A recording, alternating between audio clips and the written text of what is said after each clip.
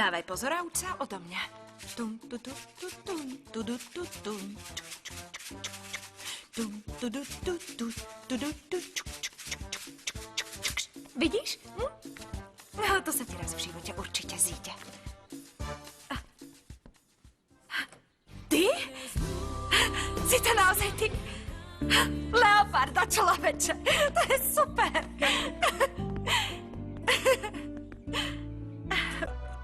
Ako si sa mala, Lalia? Áno, dobre, som veľmi šťastná, že si sa konečne vrátil. Počul som, že si mala nejaké problémy. To áno. Mikaela mi hovorila, že si mysleli, že sa ti bábätko narodí predčasné. Preto som už nemohol vydržať a musel som prísť osobne zistiť, ako sa máš. Teraz sa už cítim veľmi dobre, ale mala som silné bolesti. Bol to len falošný poplach. Prišiel ma pozrieť doktor a povedal, že je ešte priskoro a že som urobila dobre, že som nešla hneď do nemocnice. Takže vlastne sa nič nedeje. Musím len veľa odpočívať, trochu leňošiť a trochu polihovať a všetko bude určite v pohode. Počuj, rapocem ako papagaj, však unavujem ťa. Prepáč mi, naozaj mi prepáč. Pokračuj, všetko mi povedz. Vlastne už nie je čo. Určite? No tak dobre. Pozri, ide o to, že som prosila Boha, aby si sa rýchlo vrátil, pretože mi Lala povedala, že počula, že sa ešte dlho zdržíš. A naozaj som sa bála, takže som sa stále modlila, aby si sa vrátil. No a vidíš, ty si sa mi vrátil. Áno.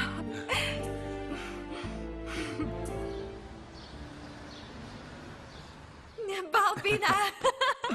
Señorita Rossio, vítajte. Tak dlho som ťa nevidela a teraz sa mi zdáš krajšia. Tak veľmi si mi chýbala. Dobre, Balbina, Vy mi tiež. prosím ťa, postaraj sa o Rossíne veci. Áno, señor, veľmi rada.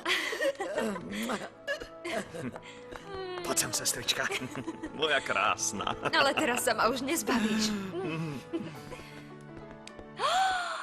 Viviana? Nemôžem tomu uveriť. Ty ma ani neobímeš? Veľmi ma teší vaše uzdravenie. Čože? Ty mi zrazu vykáš? Dobre, ja chápem, že to, čo sa ti stalo, bolo veľmi ťažké. A nesmierne ma teší, že si z tej havárie vyviazla v poriadku. Prepáč mi, že sa takto k tebe správam, ale vôbec si ťa nepamätám, ako by som ťa videla prvýkrát. Neospravedlňuj sa, ja to chápem. Ale si sestra Juana Miguela a to stačí na to, aby som ťa mala veľmi rada. A kde je moja milovaná Majita? Jej vychovávateľka ju zobrala von na prechádzku. Aha. Kým sa vrátia, chod do svojej izby a narob si tam pekný neporiadok. Ojoj. Ľubím Dobre, ťa. uvidíme sa potom. Dobre. Pozri.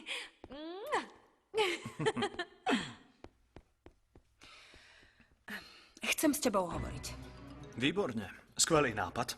Poďme si sadnúť.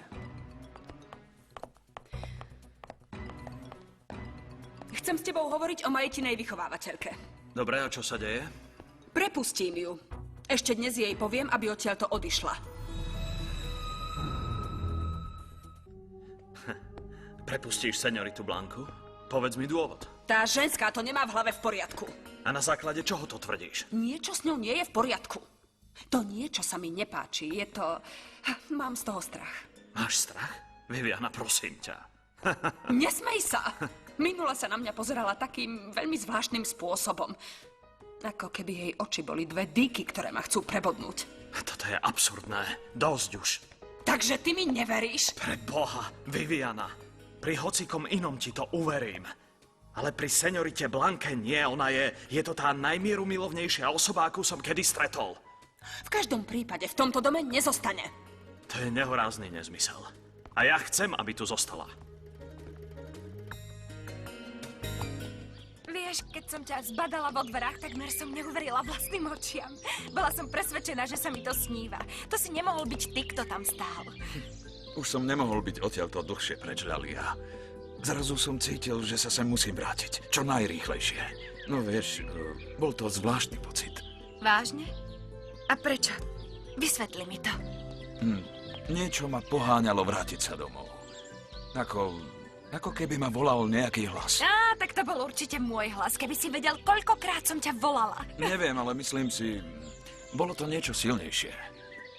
Čo to mohlo byť? Akýsi nepokoj, akési obavy.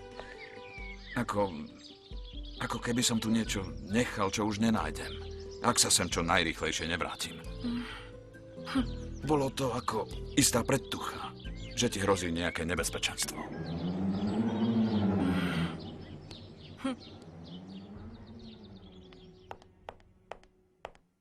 Ahoj.